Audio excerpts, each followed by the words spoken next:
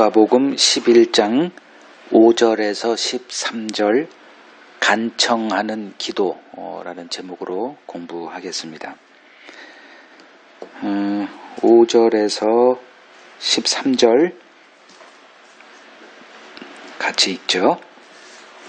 또 이르시되 너희 중에 누가 벗이 있는데 밤중에 그에게 가서 말하기를 벗이여 떡 세 덩이를 내게 구워달라. 내 벗이 여행 중에 내게 왔으나 내가 먹일 것이 없노라 하면 그가 안에서 대답하여 이르되 나를 괴롭게 하지 말라. 문이 이미 닫혔고 아이들이 나와 함께 침실에 누웠으니 일어나 내게 줄 수가 없노라 하겠느냐. 내가 너희에게 말하노니 비록 벗됨으로 인하여는 일어나서 주지 아니할지라도 그 간청함을 인하여 일어나 그 요구대로 주리라. 내가 또 너희에게 이르노니 구하라 그러면 너희에게 주실 것이요 찾으라 그러면 찾아낼 것이요 문을 두드리라 그러면 너희에게 열릴 것이니 구하는 이마다 받을 것이요 찾는 이는 찾아낼 것이요 두드리는 이에게는 열릴 것이니라. 너희 중에 아버지 된 자로서 누가 아들이 생선을 달라 하는데 생선 대신에 뱀을 주며 알을 달라 하는데 전갈을 주겠느냐. 너희가 악할지라도 좋은 것을 자식에게 줄 알거든 하물며 너희 하늘 아버지께서 구하는 자에게 성령을 주시지 않겠느냐 하시니라. 자, 이 본문은 사람들이 이렇게 선입감이 있어요. 계속 들어왔던 게 그게 뭐냐면 그 간청함을 인하여 일어나 그 요구대로 주리라 라는 구절을 응답 받을 때까지 포기하지 않고 간절히 기도하라는 의미로 이렇게 머리에 박혀 있어요. 그래서 어떤 문제가 벌어지면 응답 받을 때까지 기도를 포기하지 말라. 이제 이것이 하나의 상식이 돼 있죠. 그래서 뭐 잘 안 됐을 때는 자기를 자책하면서 기도가 부족했나 봐요. 이제 요것이 이제 흔히 하는 얘기들이죠. 그래서 이제 다음번에는 절대로 기도 쉬지 않겠다. 이제 이렇게 생각들을 하고 신앙생활을 합니다. 과연 그런 건가? 한번 좀 자세히 살펴보죠. 밤중에 이제 한 친구가 찾아와서 뭐라고 얘기를 하냐 하면 갑자기 벗이 찾아왔다. 근데 자기 집에 그에게 줄 떡이 없는 그 딱한 사정을 이야기해요. 그래서 그 친구에게 떡 세 덩이를 좀 꿔달라고 얘기를 합니다. 이러한 그 딱한 처지에 있는 친구에게 그 밤이 늦었고 또 가족이 다 자는데 야, 좀 곤란하다라고 말할 사람이 있겠느냐. 그리고 이제 8절에 비록 벗됨으로 인하여는 일어나 주지 아니할지라도 그 간청함을 인하여 그 요구대로 주리라. 요런 말씀을 주님이 하세요. 자, 이 사람이 친구에게 떡을 내준 이유는 그가 친구라는 것 때문이라는 것도 아니에요. 요걸 좀 이렇게 해석을 하면 하나님이 이스라엘이기 때문에 준다는 것도 아니라는 거예요. 또 그의 포기하지 않는 끈질김 때문도 아니에요. 뭐 때문에 그가 떡을 줬죠? 그의 딱한 처지 때문이에요. 그래서 이 밤중에 귀찮더라도 일어나서 그가 요구한 것을 줬다는 겁니다. 자, 이 사람이 한밤중에 그 친구를 찾아온 것은 그만한 절박한 딱한 상황이 있었다는 거죠. 그게 주님이 지금 우리에게 보기를 원하는 거예요. 그의 그 절박한 사정 때문에 귀찮지만 일어나 그의 친구의 요구대로 떡을 준 겁니다. 즉 8절에서 말하는 간청함이란 절박한 사정이라는 거죠. 그러면 이 절박한 사정이라는 게 뭘까? 우리 모두 절박한 사정이 있죠. 기도의 배경에는 절박함이 있어요. 뭐 기도하지 않는 사람도 절박함 어떤 상황에 처하면 기도하게 돼 있어요. 그러면 절박함이란 이런 것을 가지고 가면 다 응답하나? 그것도 또 아니에요. 그래서 성경이 말하는 그 절박함이라는 것이 무엇을 말하나? 이제 이것이 해석이 돼야 되겠죠. 자, 흔히 말하는 그 끈질김, 또 포기하지 않는, 응답할 때까지 기도하는 이런 것이 이제 올바른 해석이라면, 주님께서 그 성경에 여러 가지 이제 그런 그 예화를 들어준 것 가운데 그 열왕기상 18장에 갈멜산에서 그 바알 선지자들이 보인 그 기도의 내용은 절박감이에요. 끈질김, 하루 종일 합니다. 그리고 대조적으로 엘리야는 그냥 단순히 뭐라고 하는 한마디에 하나님이 하늘에서 불을 내려요. 근데 이 바알 선지자 450명이 보인 그 끈질긴 포기하지 않는 기도, 거기에 하나님은 눈길도 주지 않으세요. 그러면 이런 것들이 조화가 안 맞죠. 하나님께서 누구의 기도를 응답하시는 것은 아니라 응답하시는 것은 그의 끈질김이 아니라 그가 처해 있는 딱한 처지에 대한 하나님의 긍휼이라는 거죠.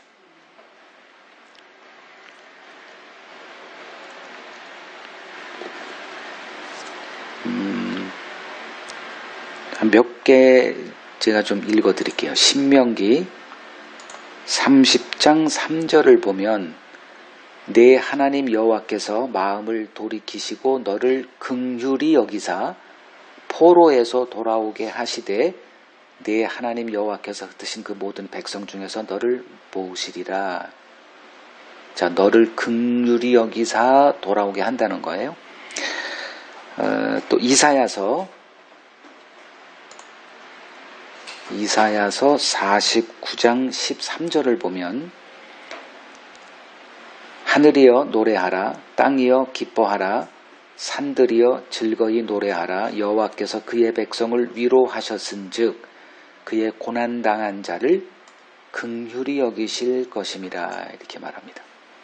신약 성경 하나 보죠. 에베소서 2장 4절에서 7절.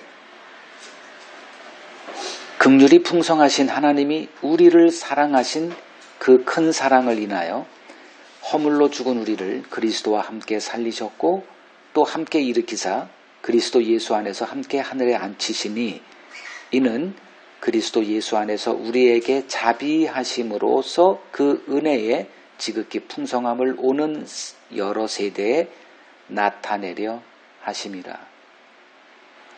하나님의 긍휼 하심을 보이고 싶으셔서 이런 일을 했다는 거예요. 그러니까 우리를 구원하신, 우리를 죄에서 건지시기 위해서 아들을 보내신 이 모든 그 일의 배후에 하나님의 자신의 긍휼함을 이 세상에 보이시고자 하는 게 있었다는 거예요. 긍휼함이에요. 그래서 우리는 하나님의 긍휼함을 입은 자들이거든요. 우리가 성경에서 봐야 될 게 바로 그 하나님의 긍휼이에요.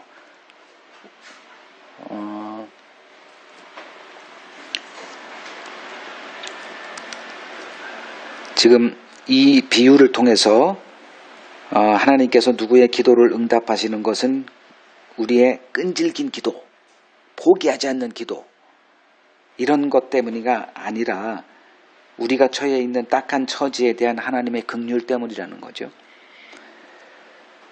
자, 하나님께서 보시는 그럼 우리의 딱한 처지란 무엇일까? 육신의 배고픔, 가난, 압제, 질병, 이런 것이 아니라는 거예요. 이러한 불행은 인간 역사에 언제나 존재했고 지금도 마찬가지예요. 그럼 하나님은 그런 자들을 건져내셔야 되거든요. 그렇게 간단하게 볼 수 있는 게 아니에요.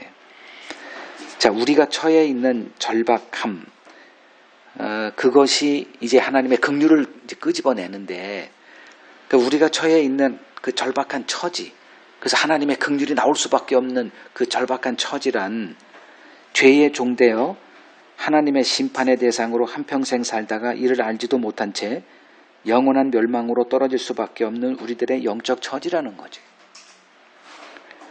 주님은 이 죄 문제를 해결하고자 이 땅에 인간의 몸으로 오셨습니다. 우리의 딱한 처지를 보신 거예요. 그 딱한 처지가 바로 죄 아래 놓여있는 우리들의 영적인 처지입니다.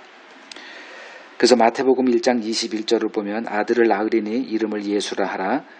이는 그가 자기 백성을 그들의 죄에서 구원할 자이심이라 하니라. 이게 하나님의 언약에 따라 오신 그 언약을 성취할 아들 예수 그리스도를 천사가 이렇게 표현한 거예요. 죄를 알지도 못하는 세상은 이러한 하나님의 일을 이해하지 못합니다. 그래서 우리에게 성령을 보내 우리의 처지를 보게 하시고 그 절박함 가운데 주님께 나아가게 하십니다. 요한복음 16장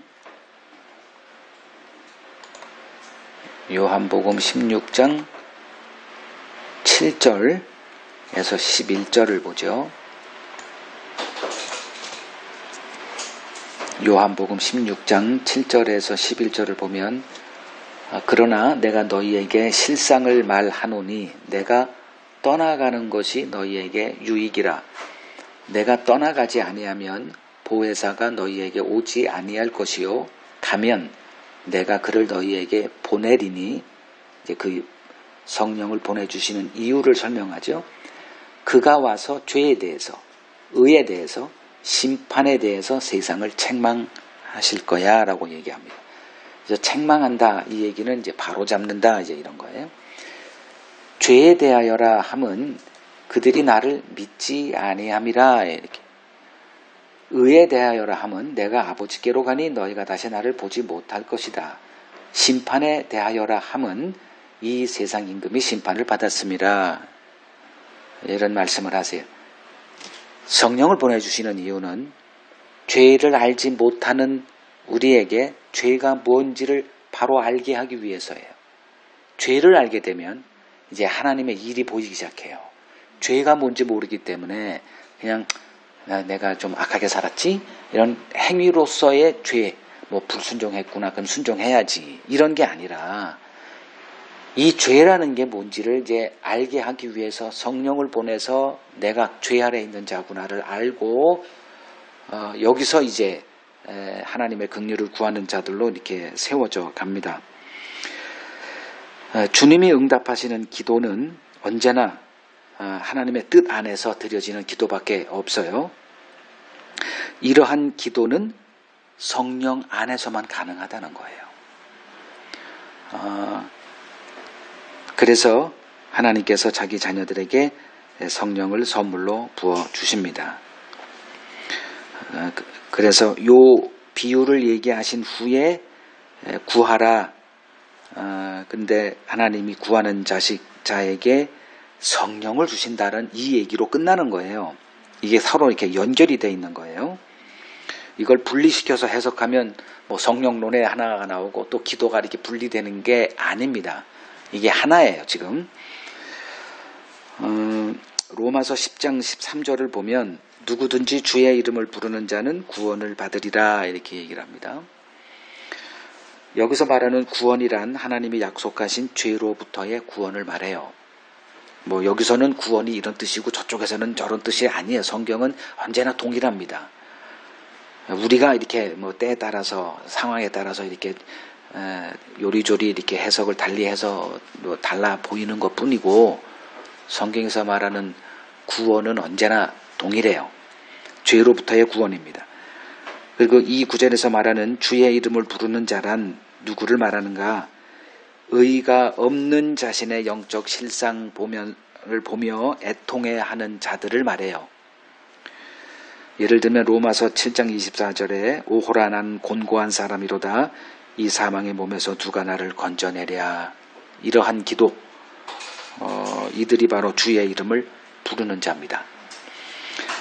이러한 기도를 할 수 있는 인간은 없어요. 인간은 불행에 처했을 때 그 불행에서 건져달라는 기도, 그리고 종교인들이 자신의 신앙 행위를 내세우며 신의 복을 구하는 기도와 같은 기도밖에 없습니다. 하나님이 우리의 눈을 열어 우리의 실상을 보여주실 때만 주님의 긍휼이 발동되는 그러한 기도를 할 수 있습니다. 그래서 심령이 가난한 자, 애통하는 자, 온유한 자, 의에 줄이고 목마른 자들을 주님께서 복 있는 자라고 말씀을 하신 겁니다. 이들이 하나님의 긍휼을 경험하게 되는 간청하는 자들입니다. 이들이 이러한 간청하는 기도를 할 수 있는 이유는 하나님께서 그들에게 성령을 부어주셨기 때문입니다. 자, 13절을 보면 너희가 악할지라도 좋은 것을 자식에게 줄 줄 알거든 하물며 너희 하늘 아버지께서 구하는 자에게 성령을 주시지 않겠느냐 이렇게 말해요. 그래서 그냥 공식이죠. 자, 요걸 설명을 좀 설교한 다음에 이제 불 끄고 음악 나오고 이제 기도해요. 뭐 때문에? 성령 받아야 되니까. 주신다고 했으니. 성령은 우리가 구해서 받는 분이 아니에요. 그러니까 지금 유대인들도 율법을 잘 지켜 행하라 그러면 살리라. 이게 너희들의 의로움이 될 거다. 이 말의 의미를 그냥 액면 그대로 받은 거죠. 이제 그걸 알게 되고 이런 말을 좀 바꿔서 이렇게 해석해야 되는구나를 이제 알게 되면 이제 성경이 보이기 시작해요. 제가 지금 성경을 일부러 이렇게 비꼬는 게 아니에요. 제가 좀 이상하게 꼬여 있는 사람이 아니에요. 저 그냥 정상적인 사람이에요. 아니 여기서 구하는 자에게 성령을 주시지 않겠냐 그러면 구해야지 뭘 또 말을 또 내 김 목사는 항상 저렇게 보면 꼬더라.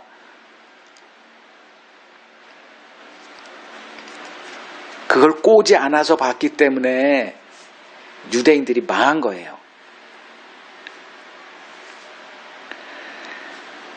여기서 구하는 자에게 성령을 주시는 분이다 라고 하는 말은 우리가 바로 이제 이해를 해야 되는데, 성령은 우리들이 구해서 받는 분이 아니에요. 여러분들이 성령을 받을 때 구해서 받은 게 아니에요.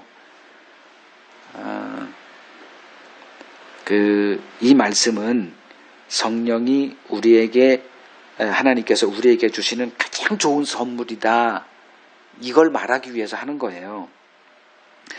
왜냐하면 성령을 받을 때 죄 가운데 놓여있는 자신의 실상을 알게 되고 하나님이 이러한 우리에게 허락하신 죄사함의 은혜에 대해서 알 수 있기 때문에 하나님께서 우리에게 성령을 이제 부어주신다는 거죠. 제일 좋은 선물이 성령이라는 거예요. 하나님은 우리의 그 요구 이런 거 상관없이 그냥 자기 일을 행하셨어요. 그냥 내가 너희들을 구원할 거야 언약하시고 여자의 후손으로 아들을 보내시고 그냥 십자가에 그냥 보내서 못 박아 죽였어요. 그냥 아들과 아버지 간의 언약 속에서 벌어진 일이에요. 그게 무슨 일인지 아무도 요구하지도 않았고 알지도 못하고 왜 죽었어? 제자들은 도망가고 그냥 예수는 불쌍하게 달려가지고 그냥 비참하게 죽은 것 뿐이에요. 우리 눈에는. 근데 그 일 가운데 아들과 아버지는 이미 창세 전부터 맺은 그 언약 가운데 두 분이 뭔가를 하세요. 우리의 요구나 우리의 그런 거 관계없이 그냥 하나님은 일을 하세요. 근데 그 일을 누가 할 수 있어요? 성령을 받은 자만이 할 수 있으니까. 가장 우리들에게 주는 그 좋은 선물이 바로 성령이라는 거예요. 성령을 받지 못한 자들에게 하나님의 은혜는 자신의 현실의 삶이 나아지는 일일 수밖에 없습니다. 본문의 13절이 말하는 의미가 바로 이것이에요. 이러한 하나님의 일을 알 때 우리는 그 무엇보다 성령을 간절히 구하는 삶을 살게 됩니다. 그리고 내게 주어진 그 성령 안에서 이미 모든 복을 다 누리는 자로 살게 되는 겁니다. 성령 안에서 하나님께서 우리에게 베푸시는 은혜가 무엇인지 바로 인식하는 자들이 우리들이에요. 성령은 우리 안에서 역사하십니다. 우리의 눈을 열어서 내가 누군지를 알고 이러한 우리를 하나님께서 어떻게 구원하셨는지 그것을 알게 해 주십니다. 간청하는 기도, 또 아버지께서 구하는 자에게 성령을 주지 않겠느냐, 이 말의 의미를 바로 알고 하나님을 아는 지식 안에서 바른 신앙생활 걸어가시기를 소망합니다.